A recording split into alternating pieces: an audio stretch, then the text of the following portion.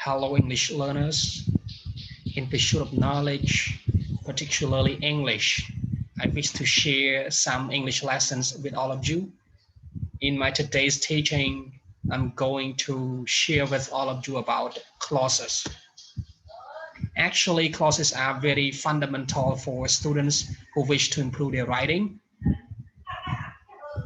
Without any further delay, let's get started with me to go into detail about clauses.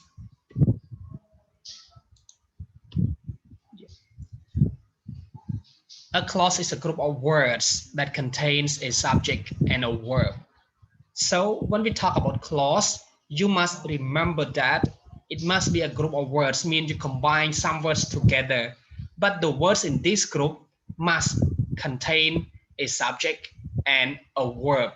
And clause can be a part of sentence and can be a correct sentence itself. As what you can see in these examples, while I was playing soccer, I is a subject and was playing soccer is a verb. Actually, this is one group of words that contain a subject and a verb. But this one dependent. Why do I say this one is a dependent clause? Because it is dependent on one another clause to have a complete meaning. It cannot stand alone as a sentence. It doesn't have a complete thought. You can look at the second example. I am a teacher. I is a subject and am is a verb. And you look at this one, this clause is one group of words that contain a subject I, verb am, and it has complete meaning. This sentence is already understandable. That's why that it is independent. It doesn't depend on one another clause to have complete meaning. It has complete meaning or complete thought itself. So there are two types of clauses. Dependent clause and independent clause. In the next line, I'm going to go into detail to explain you what is dependent clause and what is independent clause. Dependent clause. A dependent clause or subordinate clause. Some grammar book use dependent clause and some grammar book uses subordinate clause. But these two names are the same, just different in name. It's a clause that begins with a subordinator. You must remember that dependent clause must begin with a subordinator. Cannot stand alone as a complete sentence because it doesn't express a complete thought. And dependent clause cannot stand alone as a complete sentence. Why? Because it doesn't have a complete meaning or complete thought. And these are the common subordinators or subordinating conjunction that students normally see in dependent clause. Like after, as soon as long as, because, if, though, until, when, where, whereas, and so on. These are the common subordinators or common subordinating conjunctions that you normally see in the dependent clause. And normally people use these subordinators to start or to begin dependent clause.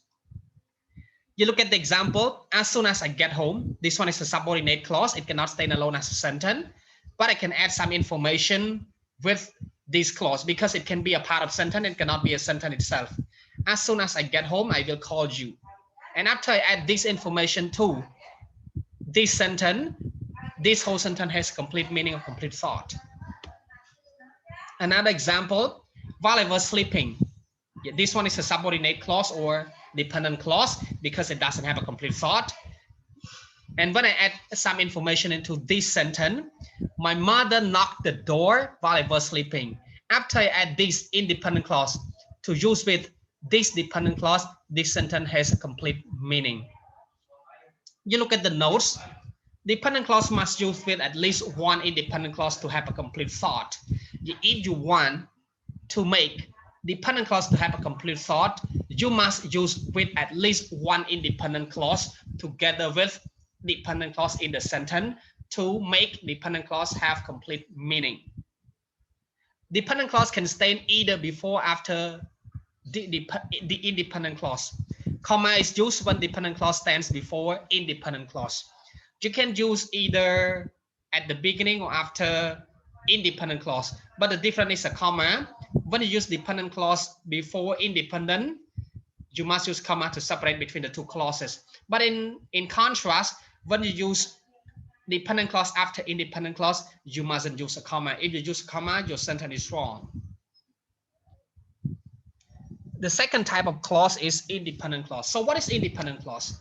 An independent clause is a clause that can stand alone as a sentence. You can use this clause to be a sentence because it expresses a complete thought and it is already a correct sentence. Like for example, I am studying English. Subject, verb, and it has complete thought. This one is independent clause. I have a crush on you. Yeah.